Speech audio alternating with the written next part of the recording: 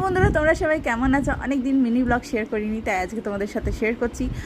সকাল থেকে আমি ব্রেকফাস্টে খেয়েছিলাম পরোটা, ক্যাপসিকাম ভাজা, ডিম ভাজা, আর লাঞ্চে ছিল মাছের মাথা দিয়ে পুঁই শাকের তরকারি অ্যান্ড ছিল মাছের ঝোল।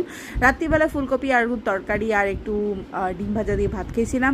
অ্যান্ড দেন রাত্রিবেলায় হেয়ার অয়েল করেছিলাম। অডোরার বিওবোলা হেয়ার অয়েলটা আমি ইউজ করি, প্রায় অনেক দিনই ইউজ করছি, বাট সামহাও আমার রিসেন্টলি প্রচণ্ড হেয়ারফল হচ্ছে। সো আমি একটা বড় ডিসিশন নিয়েছি, যাকে পরের দিন সকালবেলা আমি শ্যাম্পু করে নিয়েছিলাম। অ্যান্ড দেখতেই পাচ্ছ, এই জাস্ট চুলে হাত দিয়ে আমি ওইটুকু আমার চুল মানে কি বলবো, প্রচণ্ড হেয়ারফল হচ্ছিল।